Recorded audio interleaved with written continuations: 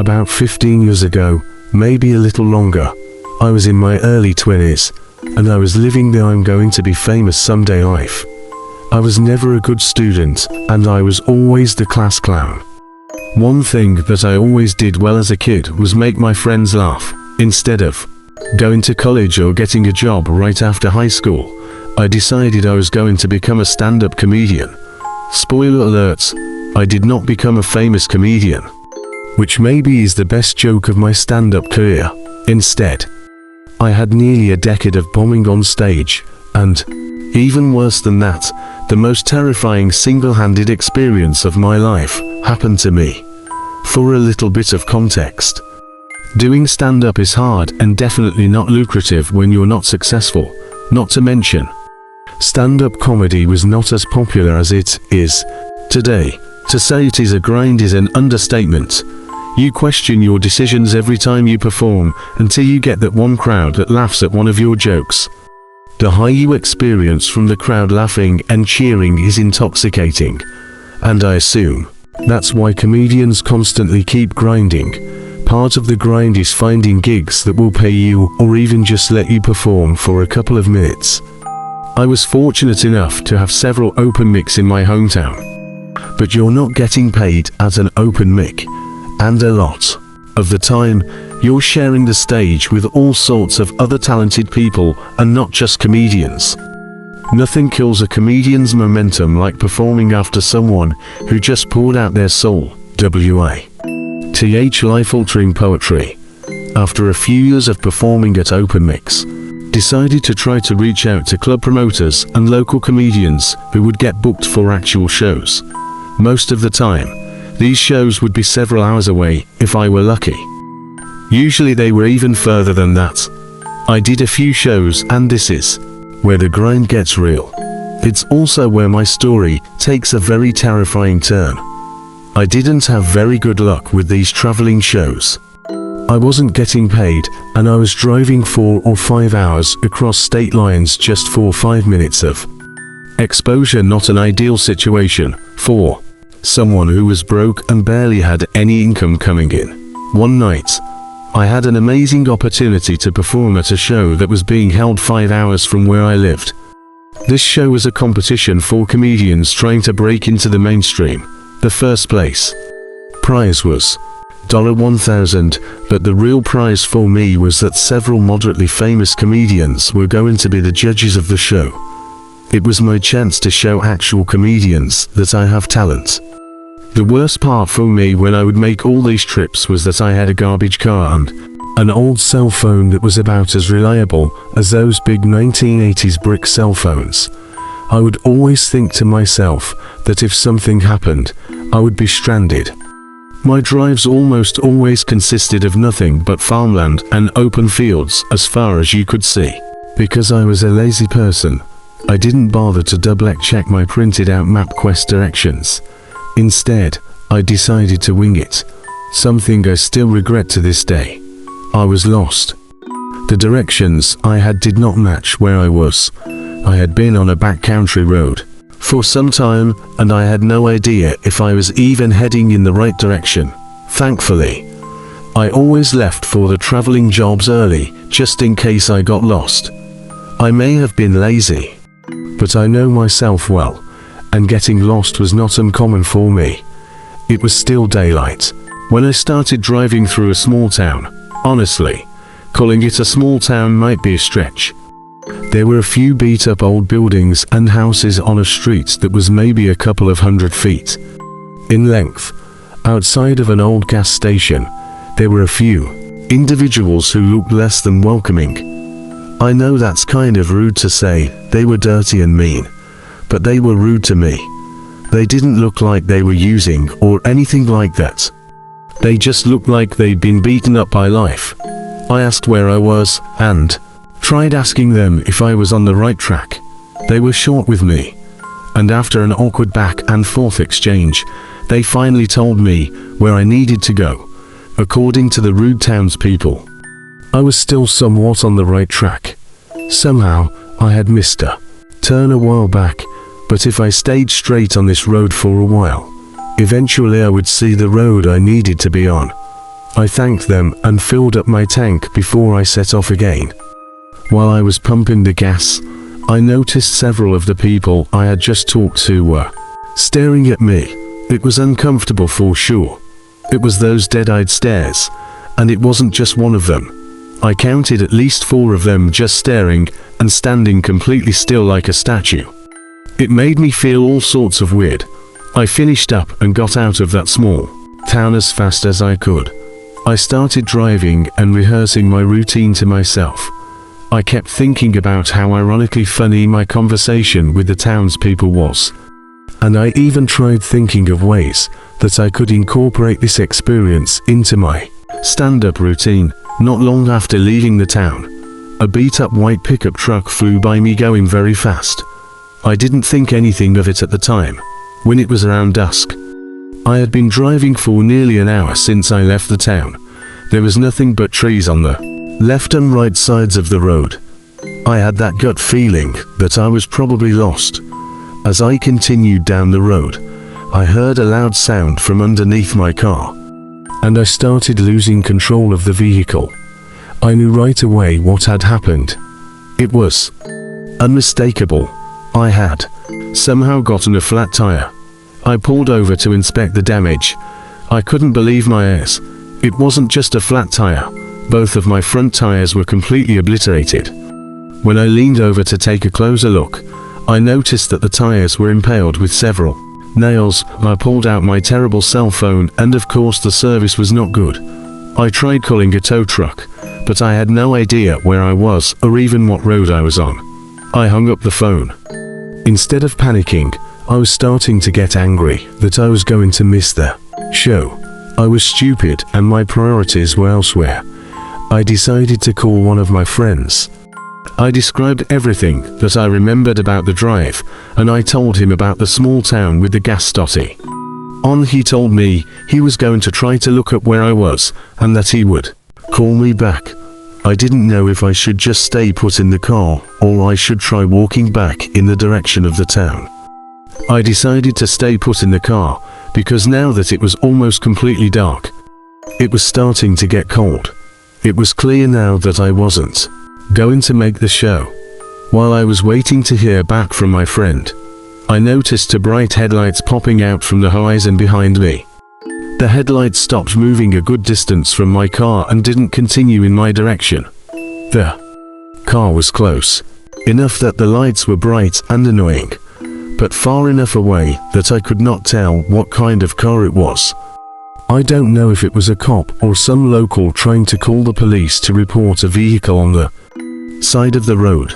If you're wondering why I didn't just call the police, it's because I was driving a car that was not inspected or properly insured at the time, and I wasn't trying to get that ticket in another state. Several minutes went by and the car never moved. It just stayed parked a good distance behind me, shining those bright lights. After probably a good 5 minutes or so, the bright lights started to get a little closer. The vehicle was slowly moving towards the back of my car. As that was happening, 2 more lights could be seen in front of me, making their way toward me quickly. The loud vehicle stopped inches from my car. Eventually, the car that was behind me was parked directly behind my car, and I still couldn't tell who it was. While I was trying to adjust my eyes to the bright light in my rearview mirror, I noticed that the car doors from the vehicle in front of me were now open. That's when I noticed it was a white pickup truck, the same beat-up white pickup truck from earlier. Before I could notice anyone coming, I heard a loud bang on the driver's window, and I couldn't believe my eyes. It was the rude man from the gas station. I started to panic because the man was trying to open my car door. Even though it was locked, he was aggressively pulling on the door. He started to beat on the car window. I wasn't sure how long my window would last before it broke. As this was going on, I noticed one of the other men from the car make his way to the passenger side of my car.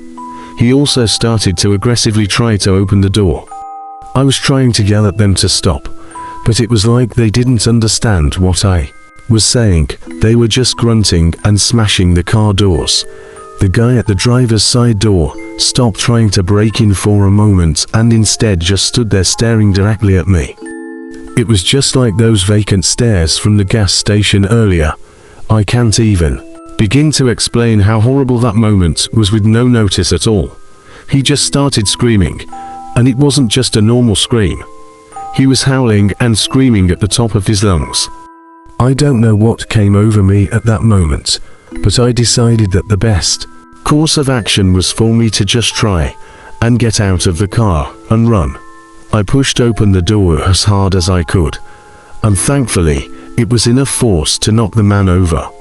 I ran as fast as I could into the woods, but instead of running blindly into the pitch-black forest, I decided to dive to the ground only several feet into the woods. I hoped that these guys would think I ran deeper into the woods, and thankfully, that's exactly what happened. Moments later, I heard footsteps of several people running by me. When I was sure I heard all of them run by, I quietly got up and ran back to my car. Surprisingly, my backpack and cell phone was still in the car. I grabbed them, stayed low, and just ran as fast as I could down the road.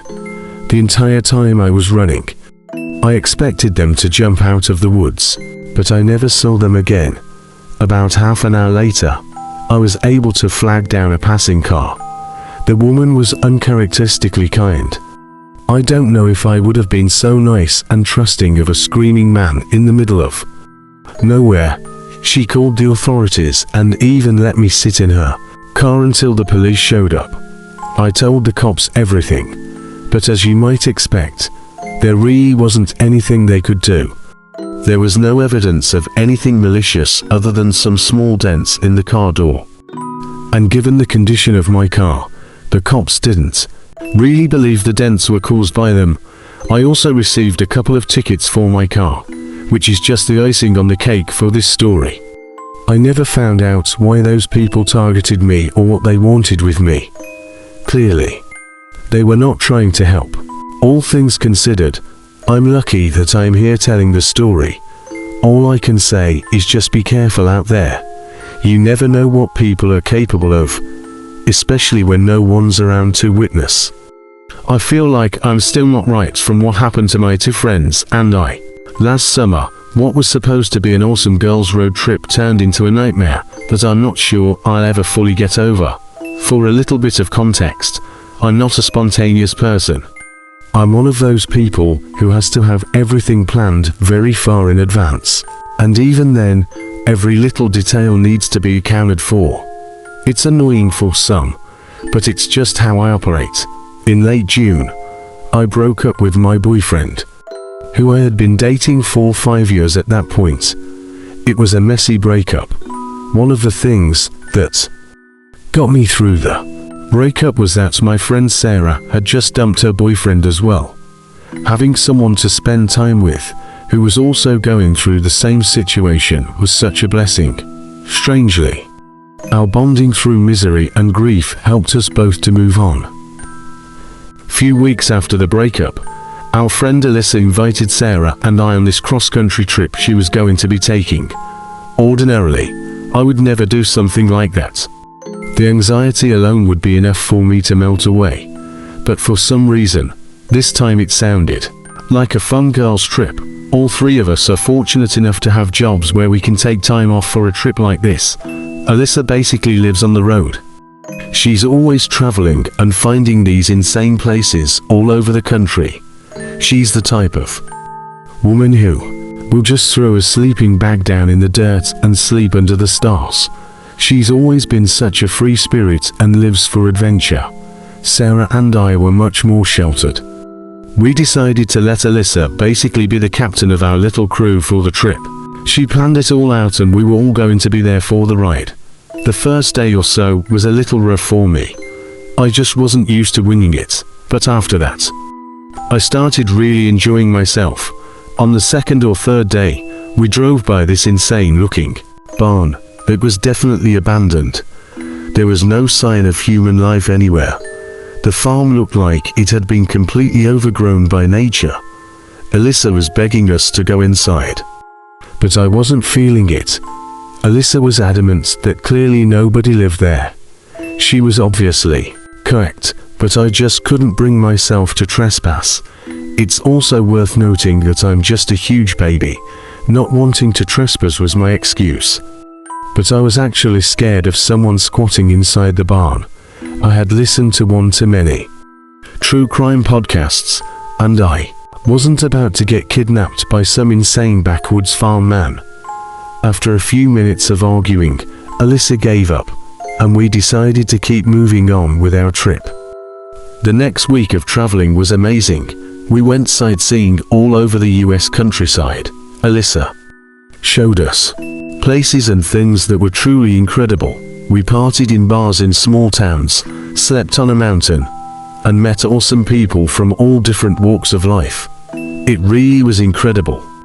The only thing that was a little annoying was that throughout the entire trip, Alyssa kept bringing up that barn. It seemed like any time she could work it into the conversation, she did. While we were driving back to civilization, Alyssa basically begged us to get a closer look at the barn. I don't know if it was the trip that made me come out of my shell a little bit or just days of Alyssa breaking us down, but I was starting to warm up to the idea. I told her that if it looks like nobody had been there in years, then we could check it out. I was confident that most likely nobody had been there, but I just wanted to make sure I put that out in the universe. I wasn't even 100% sure that Alyssa could get us back there, but that girl is amazing sometimes. She knew exactly how to get there.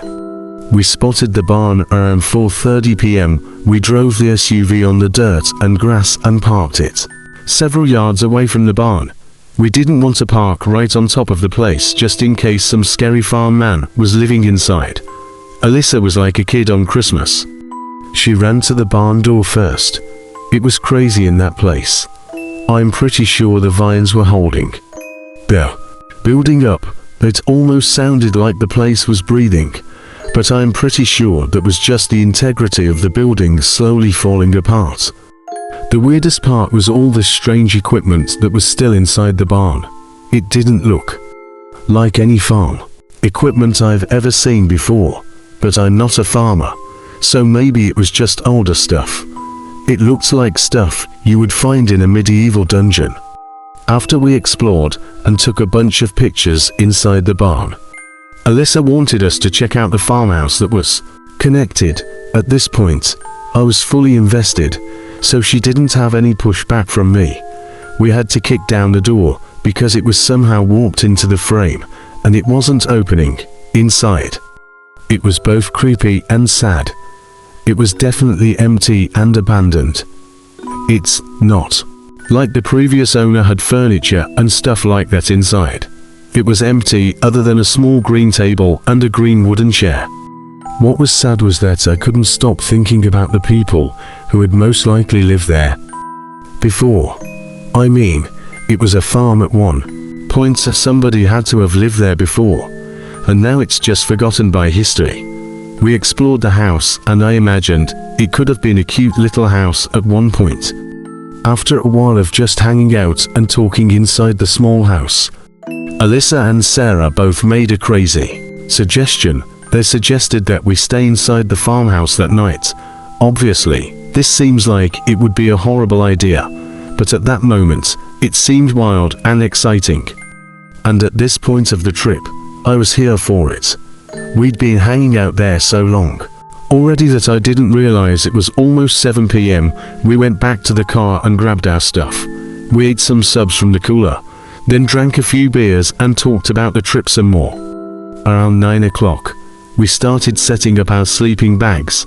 We all set our alarms for 6 o'clock a.m. so we could get right on the road in the morning. We were all exhausted at this point, so it didn't take us long to pass out. I'm a light sleeper, so I was tossing and turning for a while and going in and out of consciousness. I must have finally fallen asleep briefly because around 3 o'clock a.m. something strange woke me up. I swear I thought I heard someone make a shush sound. I rose from the sleeping bag and scanned the room the best I could with only the moonlight faintly shining through the vines on the window. I didn't see or hear anything. My best guess was that either Alyssa or Sarah had just been snoring or something. I laid back down and shut my eyes, almost instantly. I jumped up because there was a loud bang at the door. It was like someone crashed into the door. And remember, we had to break down the door, so it was basically just propped up against the door frame. If this really was a person, they could easily just push down the door. The bang on the door was loud enough that it woke up Alyssa and Sarah. Both were just as startled as I was. We all sat there frozen, basically holding our breaths, listening for another sound, instead of a loud bang. We started to hear these soft and delicate taps coming from the window, which was on the other side of the room. Then the banging on the door started again. This wasn't the wind or the creaky barn. This was for sure people who clearly knew we were inside. We all huddled up together and panicked. It's easy to say what you would do in this situation, but I promise you, you would probably be paralyzed as well. The banging on the door stopped and then the door was pushed open. Two skinny men and one skinny woman walked inside. I would say all of them were maybe late 30s. They didn't rush in or do anything insane. Instead, they just slowly walked in and stood in front of us. Somehow, just walking in normally like that was scarier. Sarah started to scream, and in response to Sarah's screaming, one of the men started screaming. It was like he was mirroring her scream. The woman of the group started to shush Sarah. The man in the middle of the group started to gesture with his hands, almost like a mime. I didn't even realize until that moment that all three of them were holding a weird mask that they put on after the man was done gesturing. The masks were so weird. I know that's vague, but I've never quite seen masks like this before. The guy in the middle put on a mask that was just a giant purple cube. That's it, no face or anything, just a purple cube. The other man, the one who was screaming, put on a mask that kind of looked like a homemade Batman mask that was made of cardboard. Then the woman put on what looked like a medical mask with plastic icicles you would hang up on the holidays, hanging on each side of the mask, almost like tusks. They slowly started creeping closer to us, and the more we panicked, the louder and more irritated they became. As we screamed, they started to scream as well.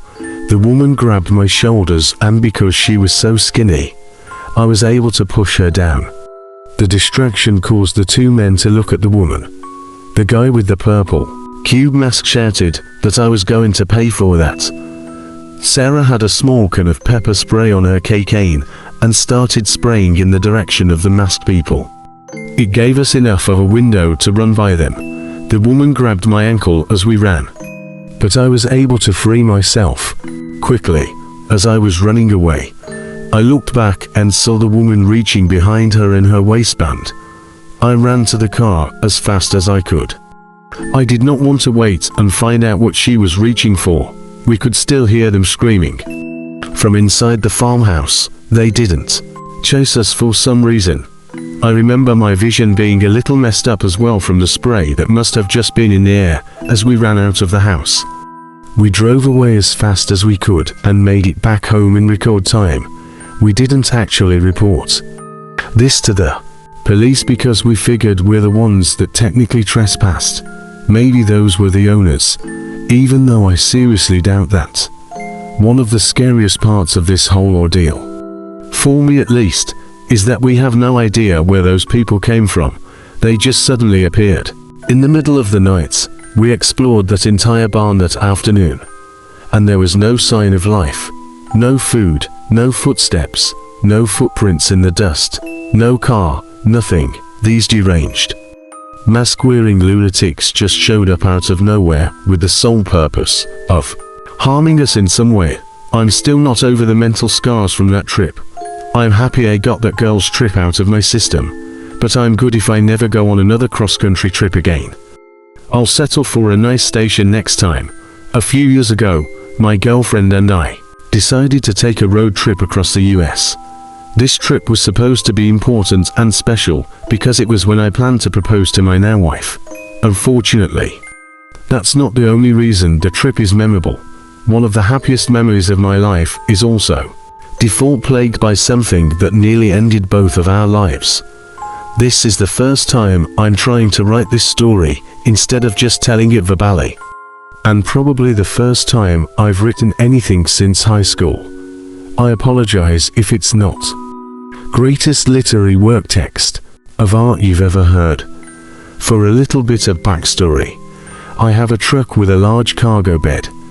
It was more than big enough for her and I to lie down on the air mattress in the bed of the truck. We spent days hiking across the country and sleeping in designated areas in the back of my truck. I had camped a few times as a kid with my family, and I always hated setting up tents and sleeping on the ground. Sleeping in the comfort of my truck felt like a hybrid version of camping, and I was here for it. We both love the outdoors, but we'd be the first to admit that we're not the most nature. Every night on the trip was beautiful. We were lucky when it came to the weather. Every night, we would fall asleep staring at the sky. And let me just tell you, if you've never gazed at the stars in the wilderness, you need to change that right now. One of the few downfalls of the trip is that my girlfriend was the lightest of light sleepers. Every sound woke up. We were out in nature. So that means every gust of wind, every bird sound, every tree rustling caused her to wake up. I would always offer her something to help her sleep, but she would always deny it. She said it would make her wake up groggy, apparently more groggy than being half asleep all night. But it wasn't being a light sleeper that kept her awake on this trip. She has a crippling fear of bears. Ever since one of her co-workers told her that her family was attacked by bears on a camping trip, my girlfriend has been on high alert. Every noise she heard on the trip, she assumed was a bear. Now, with the backstory out of the way, I'll share what was almost the last night on Earth for my girlfriend and I. About 3/4 of the way through the trip, I proposed and she said yes. It was one of the happiest days of my life. With the stress of proposing out of the way, I slept like a baby that night. That next morning, she was the most tired she'd been on the entire trip. When asked her if she was scared of the noises, she kind of paused and didn't answer right away, which is weird behavior for her. She then went on to tell me that she woke up in the middle of the night because she swore she could hear someone walking on the outside of the truck.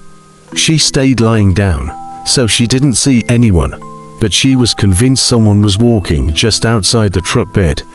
Every time she tried to sleep, she could hear the sounds of walking, and she was sure she even heard mumbling or talking. At some point, I did believe her. Well, I believe that's what she thought she heard. I wasn't dismissive, but I was pretty sure we weren't being stalked or whatever she thought. Before we left in the morning, she gasped outside the truck. When I ran over, she pointed out what looked like a small footprint in the dirt next to the truck. I was probably being ignorant, but I thought it was a stretch to call it a footprint. I asked if it could have possibly been her footprint and she instantly protested. I didn't argue with her, because I could tell she was still freaked out. I made sure I checked my truck before we left and confirmed we didn't have a secret passenger. I did find in the back seat of my truck that my planner was on the seat, and it was open to the page where I had a list of places we were going to stop each night, but I didn't think anything about it. I figured she was looking at it beforehand, or it's possible that I could have left it there. I put it back in my bag, got ourselves ready, and we hit the road. It took a little while for her to get out of her morning fog, but after a large coffee, she was feeling like herself again and didn't bring up the previous night again. We spent the next day just being obnoxiously in love as we hiked through the mountains. Night was approaching, so we set up our little camp nook in the truck bed. I could tell she was a little more uneasy tonight than she had been any other night. It wasn't the bears that were freaking her out. It was the possibility of another person outside the truck. I told her we could sleep inside the locked truck or even find a hotel if she wanted to. but she insisted that we stay in the truck bed since it was our last night in the wilderness. I decided to stay awake on this night and make sure she fell asleep. It took her a while, but she finally passed out around midnight. I even dug out my old portable DV player from high school and threw on an old season of Family Guy I had just to get her mind off the silence of the night.